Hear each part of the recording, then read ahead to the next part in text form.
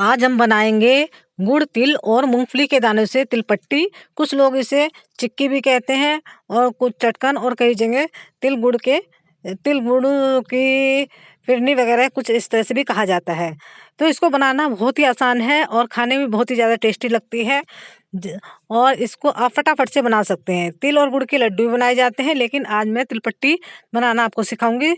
तो उसके लिए हमने एक कटोरी से थोड़ा कम मूंगफली के दाने ले लिए हैं और इतने ही हमने ले लिए हैं सफ़ेद तिल। और दोनों को मिलाकर जितनी ये दोनों है हमारे तिल और मूंगफली के दाने उस उतनी ही मात्रा में हमने ले लिया है गुड़। तो जितनी मतलब ये सामग्री हमारे तिल और मूंगफली के दानों की उतना ही हमें गुड़ लेना है। तो सबसे पहले हम इनको मूंगफली के दानों को हल्का सा भून लेते हैं।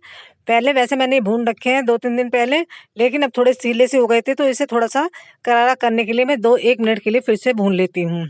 तो आप कच्चे मूंगफली के दाने लाकर भी भून सकते हैं और फिर उन पे से आपको छिलका उतारना पड़ेगा, लेकिन ये मैंने पहले ही भून रखे हैं और छिलका भी उतार रखा है। और वैसे बिना छिलके के भी मार्केट में मूंगफली के दाने मिल जाते हैं, तो आप उन्हें लेकर भी भून सकते हैं। तो इनको हम थोड़ा सा करारा होने तक भूनेंगे मूंगफली के दानों को और 3-4 मिनट के लिए। और फिर इसको हम उतार लेंगे और फिर ठंडा करके दरदरा सा हम इसको मिक्सी में पीस लेंगे। और तो मूंगफली के दानों को भुनने में थोड़ा टाइम लगता है 6-7 मिनट। और तिल होता है वो फटाफट से 2-3-4 मिनट तक आराम से भुन जाता है, क्योंकि उसको हमें ज़्यादा भूनना नहीं होता है। तो पहले हम मूंगफली के दानों को भून रहे हैं और इसी कढ़ाई में हम भून लेंगे फिर तिल को। तो आप चाहे तो तिल और ये मूंगफली के दाने हैं, इसके जो सामग्री है कम ज़्यादा भी रख सकते हैं। ये ज़रूरी नहीं है कि बराबर बराबर मात्रा में ही तिल और मूंगफली के दाने रखें। आप ऐसे भी कर सकते हैं, मूंगफली के दाने ज़्यादा रख सकते हैं, तिल कम रख सकते हैं, या तिल ज़्यादा और मूंगफली के दाने कम, इस तरह भी कर सकते हैं। या ऐसे भी कर सकते हैं कि मूंगफली के दानों को आप स्किप भी कर सकते हैं, लेकिन डालें तो बहुत ही अच्छे बनेंगे। इसलिए आपको मैं तो यही सलाह दूंगी कि मूंगफली के दाने भी ज़रूर डालने चाहिए। अब हम तिल को भून लेते हैं। तो इनको भूनने के लिए हम आँच को धीमी रखेंगे।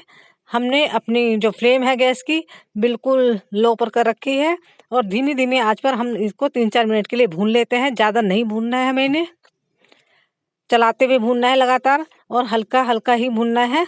जब इसमें से थोड़ी थोड़ी खुशबू आने लगेगी और ये चटकने लगेंगे, बस तब तक ही भूनना है। अगर हम ज़्यादा इसको तिलों को भूनते हैं तो उसका फ्लेवर अच्छा नहीं आता है। तो इसलिए हम इसे जब भी कोई तिल की कोई भी चीज़ बनाए, तिल के लड्डू या तिल पट्टी कुछ भी बनाए, तो इनको हमें ज़्यादा नहीं भूनना चाहिए। तिल को हल्का हल्का ही भूनना चाहिए और हमेशा धीमी आंच पर ही भूनना चाहिए।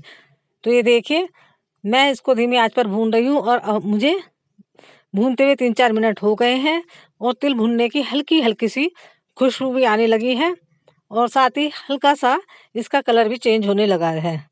तो बस हमें इतना ही भूनना है। अब हम इसको 1-8 मिनट और भूनकर मैं गैस बंद कर दूंगी और इसको भी एक प्लेट में हम निकाल लेंगे, क्योंकि ये लगभग मेरे तिल भुनने ही वाले हैं। तो इस तरह से आप तिल को भूनते हुए विशेष ध्यान रखें। क्या होता है जब तिल ज़्यादा भुन जाते हैं तो इसका हल्का सा जैसे कह देते हैं ना कड़वापन सा वो आने लगता है, इसलिए बिल्कुल भी इसे तेज़ मत भूनें। बिल्कुल हमेशा जब भी किसी चीज़ में डालें तो बिल्कुल ये इसका भूनने का ही विशेष ध्यान रखें। तो मेरे तिल भुन चुके हैं, अब मैं इसको एक प्लेट में निकाल लेती हूँ और जब ये हो जाएंगे और थोड़ी देर में ही तो मैं मिक्सी में इन दोनों को मूंगफली के दानों को भी और तिल को भी दरदरा सा मैं पीस लूँगी। तो देखिए प्लेट में मैंने तिल और मूंगफली के दाने निकाल लिए हैं और अब हम कढ़ाई में जो गुड़ की चाशनी तैयार करते हैं। चाशनी तो क्या, गुड़ को सब सिर्फ क्या है मेल्ट ही करना है। तो इसके लिए मैं पहले 3-4 चम्मच के करीब देसी घी जो है कढ़ाई में डाल दूंगी। इसी कढ़ाई में, कढ़ाई हमारी गर्म है और इसी में हमने जो है गुड़ जो ले रखा था उसको हमने बारीक टुकड़ों में कर लिया था, जिससे जल्दी मेल्ट हो जाए।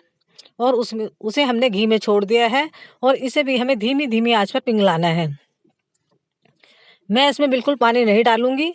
आप चाहे तो 2-4 चम्मच के करीब पानी डाल सकते हैं, वैसे इसमें पानी डालने की कोई ज़रूरत नहीं पड़ेगी देखिए। और घी में ही अच्छे से मेल्ट हो जाएगा ये गुड़। तो धीरे धीरे धीमी आंच पर ये गुड़ मेल्ट होने लग रहा है। इतने में ये देखिए धीमी धीमी आंच पर ये आप इसे मेल्ट करिए, क्योंकि तेज आंच में क्या होगा, अगर आप आंच तेज कर देंगे फ्लेम गैस की, तो गुड़ जो है जलने लगेगा और धीमी आंच पर ये अच्छे से पिघल जाएगा, जैसा कि हमें चाहिए तिल पट्टी बनाने के लिए गुड़। तो ये देखिए, इधर मैं इनको भी, मूंगफली के दानों को भी और तिल को भी मैंने मिक्सी में दरदरा सा पीस लिया है और एक प्लेट में मैं लगाकर देसी घी लगाकर रख देती हूँ, क्योंकि उसमें ही हमें पट्टी को जमाना है। तो बहुत इजी है बनाना, झटपट से 10 मिनट के अंदर ये बनकर तैयार हो जाती है। अगर आपके पास सारी सामग्री हो तो कोई मुश्किल नहीं पड़ता है। तो इसलिए ये मैंने कैसे बनाई, वीडियो में एंड तक जरूर बने रहना, तभी आपको पता लगेगा। और वीडियो अच्छी लगे तो प्लीज़ मेरे चैनल को जरूर से जरूर सब्सक्राइब करना, लाइक कमेंट और शेयर भी कर देना। तो ये देखिए, बस हमें ज़्यादा नहीं पकाना है, इतना ही पकाना है कि हमारी जो ये है गुड़ अच्छे से पिघल जाए और इसमें ये देखिए थोड़े थोड़े से ये उबाल आना शुरू हो जाए। इससे ज़्यादा हमें बिल्कुल भी नहीं पकाना है, चाशनी नहीं बनानी है हमें इसकी। और इस तरह से हम बनाएंगे तो ये हमारी जो तिल पट्टी है या तिल चक्की जो भी कह सकते हैं, ये काफ़ी सॉफ्ट बनेगी, क्योंकि हमने ना तो इसमें पानी डाला है और ना ही हमने इसे ज़्यादा गाढ़ा करा है। अगर हम इसको ज़्यादा चाशनी की तरह बनाएंगे तो बहुत ज़्यादा से ये मतलब सख्त हो जाएगी। तो हमें सॉफ्ट ही बनाना है, तो इसलिए हमने इसमें पानी भी नहीं डाला है और ज़्यादा पकाया भी नहीं है। और जो हमने तिल और ये मूंगफली के दाने मिक्सी में हमने दरदरे पीसे थे, इसको हम फटाफट से इसमें मिला देते हैं गुड़ में और गैस को कर लिया हमने बंद और इसे अच्छे से फटाफट से मिला देते हैं, क्योंकि ये काम हमें जल्दी करना होता है, क्योंकि जो गुड़ है वो फिर नहीं तो ठंडा होकर जमने लगता है। तो इसलिए हम इसे फटाफट से मिलाएंगे और प्लेट में हमने पहले से ही घी लगा के तैयार कर रखा है और इसे प्लेट में हम सारी जो ये हमारा मिश्रण है इसको पलट देंगे। ये देखिए, और पलट के, क्योंकि अभी ये गर्म है, इसे अच्छे से फैला देंगे हम किसी पलटे की सहायता से, या आप प्लेट या थाली को हल्का हल्का सा प्रेस करके भी, तो उसे भी अच्छे से प्रेस कर कर करके इसको फैला सकते हैं। तो इस तरह से मैंने थाली में इसे अच्छे से फैला दिया है और ये देखिए काफ़ी अच्छे से ये फैल गया है। अब हम इसे 2-3 मिनट में ही मन चाहे शेप में हम इसे काट सकते हैं। तो झटपट से तैयार हो जाती है तिल पट्टी, तिल चक्की या जो भी इसे कहते हैं। ये देखिए, तो ये हमारी अभी बने हुए हमारे 5-7 मिनट ही हुए हैं और मैं इसको चाकू की सहायता से काट रही हूँ। जो भी शेप देना चाहे आप इसे दे सकते हैं। अगर आप इसके लड्डू बनाना चाहें तो इसके लड्डू भी बन जाएंगे, बिल्कुल इसी सामग्री के ऐसे गोल गोल लड्डू भी बन जाएंगे। लेकिन मैं इसको ये है तिल पट्टी की तरह ही आज बनाऊंगी, तो इसलिए मैंने इसको जमा लिया है। अभी इसे मैं छोड़ दूंगी 10 मिनट के लिए और बस वैसे देखिए बिल्कुल लगभग तैयार है ये। और अभी से ये थाली से उतरने भी लगी है और मैं अभी आपको काटने के बाद ये सारी जो ये पीसेस हैं इनको उतार कर दिखाऊंगी। तो बहुत ही आसानी से बन जाती है, एक बार आप ज़रूर ट्राई करें।